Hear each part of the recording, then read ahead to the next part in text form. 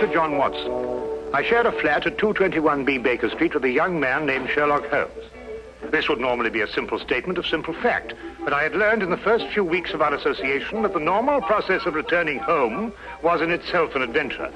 I never knew what to expect. I seldom expected what I found. I had decided to spend a quiet evening at home, and I was determined not to become involved in any new scheme that Holmes would invent.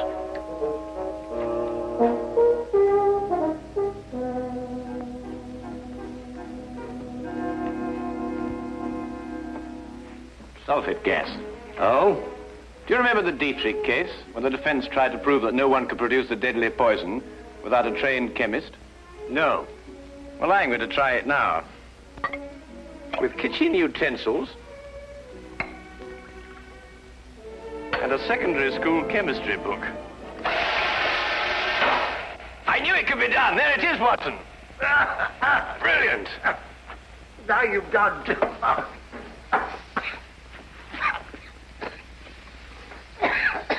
That woman was guilty as a vulture. Clever, too. Holmes, I wish you wouldn't forget that we've got to live in these rooms. Can't imagine why the prosecution didn't think of this. The gentleman arrived here in a hansom. Appears to be coming up here. What else did you notice about our visitor? Oh, I don't know. I'd say about 30-ish, conservatively dressed. A man of modest means. What do you think, Holmes? I don't know. I didn't see him. You did. Oh, yes. Yes, of course. Oh, excuse me. Morning, do come in, will you? Good morning. Is this Sherlock Holmes' flat? Yes, indeed. Oh, sulfate gas. Oh. Mr. Holmes has been experimenting. That's Mr. Holmes. How do you do, Mr. Holmes? How do you do? I must apologize for calling upon you without an appointment, Mr. Holmes, but it is urgent. May I present my friend and colleague, Dr. Watson? How do you do? How do you do? Now then, Mr. Winthrop. Mr. Harvey Winthrop, isn't it? Have we met before, sir? No, but you mustn't underestimate your reputation. Won't you come in? And sit down. Thank you. Over there.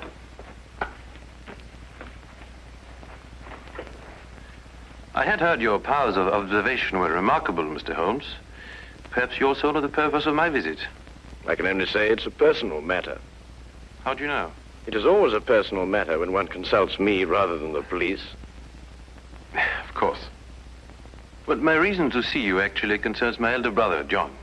It is he who controls the family wealth. In the event of his death, I would be sole heir. Does his death seem imminent? Well, his life has been threatened. In what way? I noticed you didn't ask by whom. You took pains to point out that only you would benefit by your brother's death. If you knew who made the threat, you wouldn't be so concerned with your own innocence. You're right. I do not know who's making these threats. Actually, I don't even know if it is a who. I beg your pardon, sir? But it is possibly a what, Dr. Watson. In this case, the heritage of every old family. The family legend. What is the Winthrop legend? Every member of the family destined for a violent death finds about his person silver coins. Silver coins? Oh, you mean like those silver coins the pirates use, called pieces of 8? Exactly, Dr. Watson. Pieces of 8 as a warning, and at the time of death, a gold doubloon. Have these coins any special significance? 30 years ago, my father was killed by a fall down the stairs in the main hall of Winthrop Manor. A gold doubloon was found under his body. Was he actually seen to fall downstairs? No. The manor was closed and has remained so ever since. I assume your brother has discovered several silver coins. Each day for the past 7 days. I see. What has been his reaction? He has decided for the first time in 30 years to reopen Winthrop Manor. In defiance of the legend. Exactly. We are going to be there this weekend. Who is we? My brother, my fiancée, and myself. And I would like you two, Mr. Holmes and Dr. Watson, to be there as well. Well, that's very good of you, sir. Do you have any other evidence to substantiate your belief? I was very young in those days, but I can still remember the sight of my father's body at the bottom of those stairs. Dr. Watson and I will arrive at Winthrop Manor this Friday night. Oh, thank you very much. If there is anything I can do until then, or if there's any question you want to ask me before, please don't hesitate to call upon me at any time. We'll do that. Thank you. Again, thank you, gentlemen. Not at all. Good day, to you, sir. Good day. Well, Holmes, what do you think? I think it's amazing the extent to which people will go to obscure the simple facts of murder or threatened murder. You don't believe in the legend? Nonsense. Well, but after all, Holmes, you said yourself that these things very often have a basis of fact. The odor lingers. There was no mention of that in the Dietrich's case. I'm a man of science myself, Holmes, you know that. And yet there are things that happen every day for which they have no logical explanation. How would Mrs. Dietrich's have removed the odor? Of course, it could work equally well both ways. Winthrop himself admitted that in the event of his brother's death, he was the heir to the estate. His visit here might have been a blind. The solution of a murder, Watson, is infinitely easier than the prevention. We have committed ourselves to a weekend in a drafty manor house that has been closed for 30 years. We will watch and we will wait. And in time, we will apprehend the persons or ghosts, who will commit the murder of the Winthrop legend.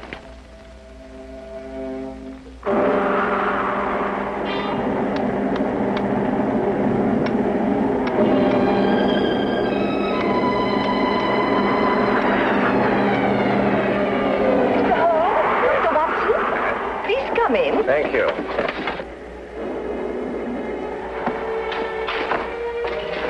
The thunder was making so much noise, I wasn't certain I heard you knock. Yes, I think we got here just in time. Yes, we were worried that you were caught in the storm. I'm Mrs. John Winthrop. How do you do? I'm Dr. Watson. This is Sherlock Holmes. How do you do? I'm very pleased to meet you. You can leave your things here and go into the sitting room. We've managed to get it comfortably warm. I'll have your luggage brought up to your rooms. You'll have to excuse the inconveniences of the house. My husband's decision to spend the weekend here was rather sudden. And I'm afraid we're understaffed. Please don't concern yourself with us, Mrs. Winthrop. I'm sure we'll be very comfortable. Oh, there you are. I'm glad you made it before the storm. I see you've already met my sister-in-law. Yes, we have. How do you do? Oh, Harvey, perhaps you can show Dr. Watson and Mr. Holmes to their rooms. Yes, sir, you probably want to freshen up. Good evening, gentlemen. This is my brother, John Winthrop. Dr. Watson. How do you do? How do you Mr. do? Holmes. How do you do? How do you do, sir? I hope you'll be comfortable. Or as comfortable as possible in a house that's been closed for 30 years. I feel I should apologize. Not at all, sir. I'm sure everything will be fine. I hope so. Come down to the sitting room when you're ready. It's a bit more cheerful there. Let me show you to your rooms, gentlemen. Come along, my dear.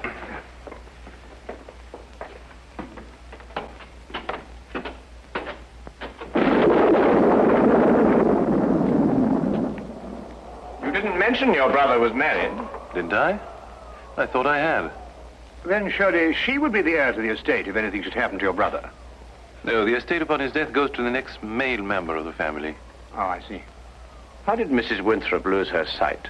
It was a riding accident, shortly after they were married. My sister-in-law is a remarkable woman, Mr. Holmes. She took to her new way of living with cheerfulness and thoroughness. Yes, it's always encouraging to hear of such cases. And it reflects great credit on those surrounding the patient. Oh, Peg, I want you to meet, Dr. Watson. And you must be Sherlock Holmes. Harvey has told me so much about you. gentlemen, my fiancée, Miss Margaret Hall. How do you do? How do you do, Miss Hall? John and Alice are in the drawing room, darling. We'll be down shortly. All right, darling. I think we're going to have a wonderful weekend, in spite of this old house. Don't keep yourselves from us too long, gentlemen. You're a very lucky man, Mr. Winthrop. She's a lovely girl. As a matter of fact, you know, there's some very good hunting country around here. Do you go in for that sort of thing, Mr. Holmes? On occasion, sir. Not very often, thank you. My wife thinks I'm a bit reckless. She worries about my neck. A glass, my dear. Thank you. That appears to be a preoccupation with more than one member of your family, sir. You mean my brother, too? And the reason for your being here? Nonsense. I said the same thing. And you agree with me? You, too, think it's a lot of rubbish? I don't think we're referring to the same thing, sir. I'm talking about the legend, of course. Ah, I see. May I ask, sir, what precautions you've taken against it? What would one do? How does one fight a myth? Well, what's your opinion, Mr. Holmes? Should I take this matter seriously? You are obviously taking it seriously by defying it.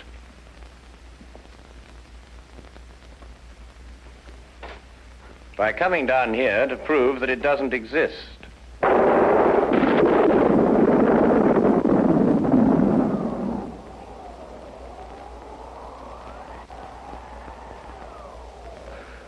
Jove, I hadn't thought of it like that. You're dead right, of course. But let me put it like this. Do you really believe the legend is dangerous?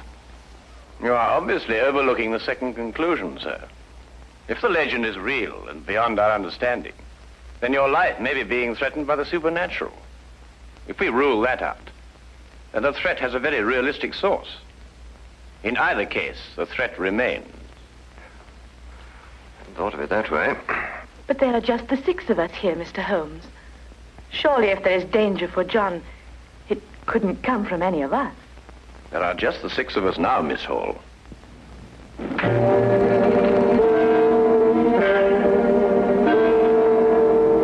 But now there are 7.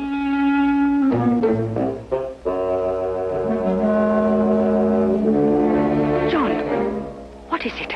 Nothing, my dear, nothing at all. I think we'd better go into dinner. Excellent idea.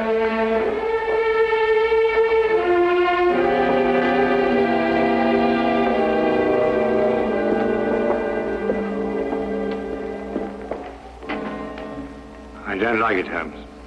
Neither do I, Watson. Neither do I.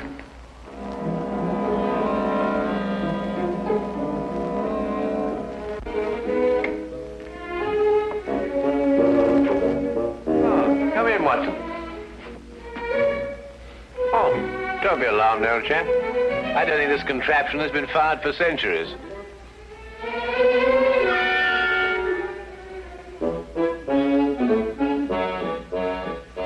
You could hardly expect me to know that from here, Holmes.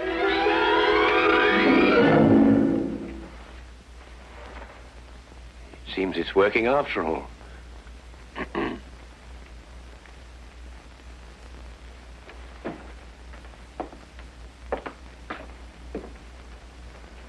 I wanted to talk to you about that dinner we just had. Oh, yes, yes. Excellent, Doc. Don't you agree? Well, it was better than the conversation, or lack of conversation, I grant you. Well, quite natural under the circumstances. Everyone's suspecting things they'd rather not say. What do you make of it, Holmes? Did you realize that young Harvey Winthrop was in love with Alice before she married his brother? Holmes, you're fantastic. How did you determine that? He told me. Oh. Oh, have you got a match, Watson? Yes, I think I should have.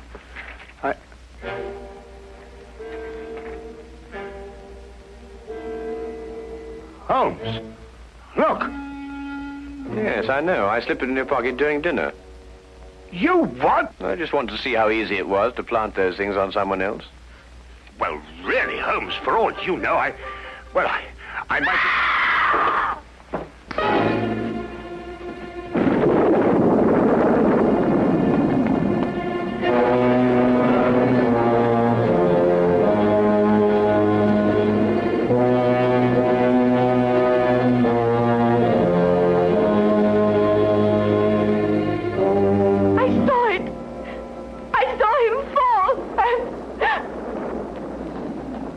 He's dead. Neck broken.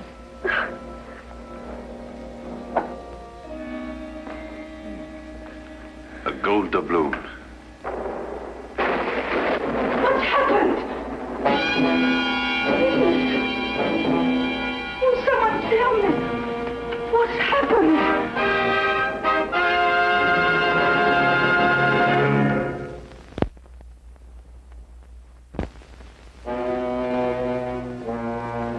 And now, we return to the case of the Winthrop legend.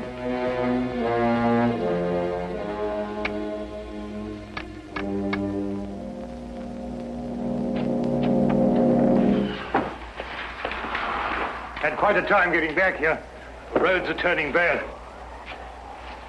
Harvey Winthrop. Good evening, sir.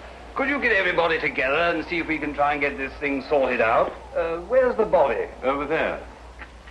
Broken neck. Died instantly. Oh, you say, you up there? Oh, good evening, Constable. That is Mr. Holmes. I've spoken to you about him. Oh, yes. Good evening to you, Mr. Holmes. Glad to have you on this case.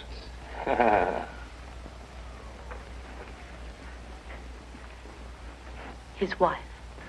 Been a terrible shock for her. Oh, Mr. Holmes, I'd like to discuss this case with you. I've got several theories. Dr. Watson was telling me coming down in the carriage. I think it would be better if she retired for a while. These will help. Thank you, Doctor. Dr. Watson summarized the legend for me on the way down, but quite frankly, Mr. Holmes, I would say we're opposed to a devilish mind here. Holmes, really? I don't know. What on earth do you think you're doing? A button. At the very least, the very least. Observe, Watson, I've almost torn a button loose. Oh, so I should think after all those acrobatics. Are you going to sit like that all evening? And yet the late Mr. John Winthrop fell down a long flight of exceptionally sharp stone stairs without damaging his clothing. What's that? I'd better check. Yes, I think you had. He may not have torn a button, but he suffered some very severe damage to his neck, I'd like to remind you. An indisputable fact, my dear Watson. Well, what are you getting at, Holmes? That's right. Now we're getting somewhere. Come on, Watson, let's examine the situation more thoroughly. The killing blow was struck at the back of the neck, is that right?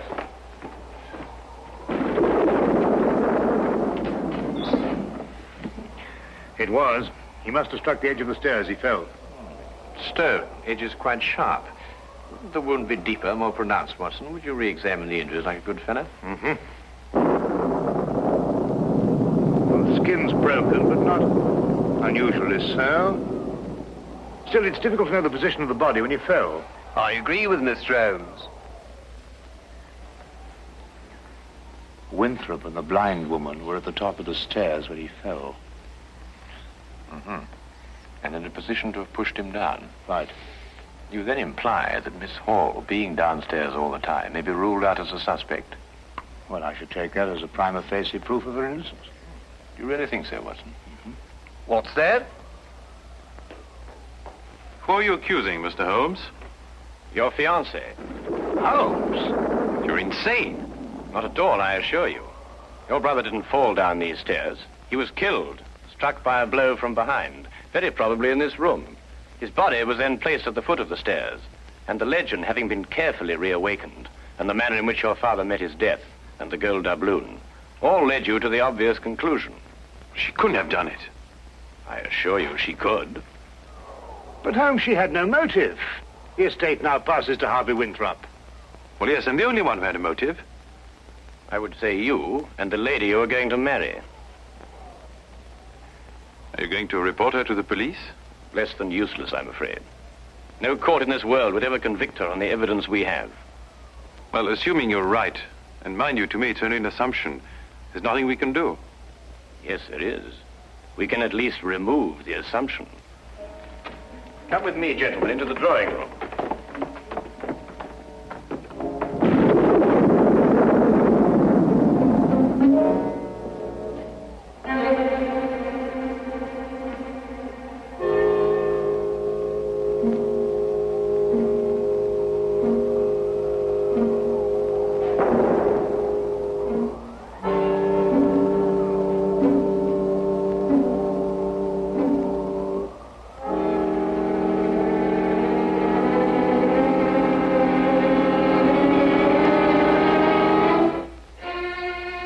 Constable, I didn't know you were there. Just looking around, routine, you know, miss. Of course. Did you want to see me? Not especially, miss. A few more things to check up on. The rest lies completely in your hands.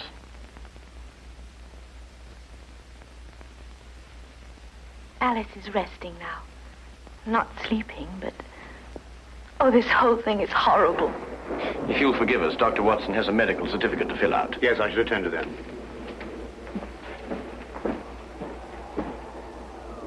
Oh, Mr. Holmes. At your service, my good constable.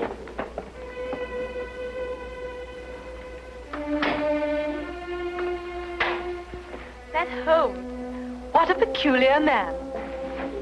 What? Oh, Holmes, yes, he is, isn't he? Peg, Yes? Well, this is difficult to say. What is, darling? In light of what's happened, I think it's best we break off our engagement. Break off? But why? Well, there's certain to be a mess in the papers about all this. Oh, you needn't worry about me, darling. Well, actually, it's Alice I'm thinking of. Alice? Yes, she'll be so terribly alone now.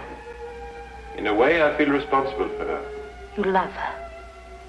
You've always loved her. And now that your brother's dead, you... You mustn't think that. There's something else. What else? Why this sudden protective fatherly interest? 10 years ago, Alice and I went riding across the moors.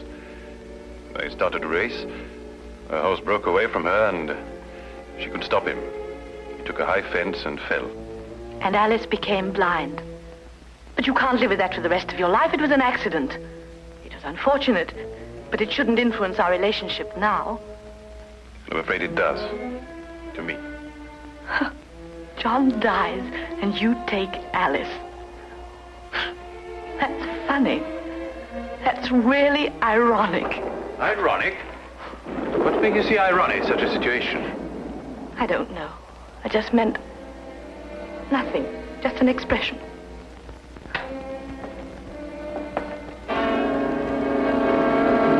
Very interesting choice of words, I might add. Alas, I must confess we were eavesdropping. Is there anything you'd like to confess, Miss Hall? What does this mean? You spoke of irony. Such a choice word. You didn't kill John Winthrop so that Harvey could share the family fortune with Alice. You'd have seen to that in time. You're insane. I couldn't have pushed John down the stairs. I was at the bottom myself. Well, you were in a perfect position to strike him with this. And then, very thoughtfully, placed the end in the fire to remove any evidence of the blow. No court in the world would convict me on evidence like that. You're quite right, Miss Hall. But you know the facts. And we know the facts.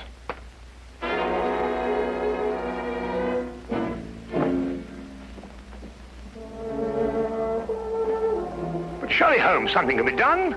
I don't think so, Watson. The young lady used her wits and an ancient legend. And a murderess walks free.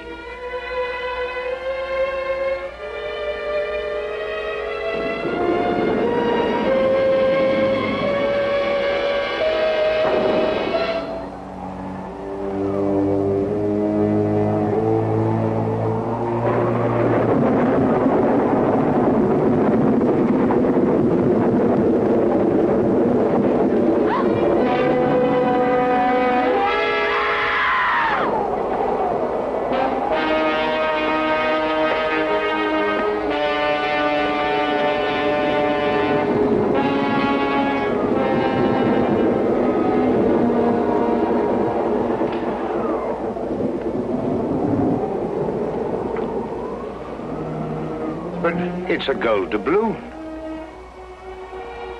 And she said no court in the world would ever convict her.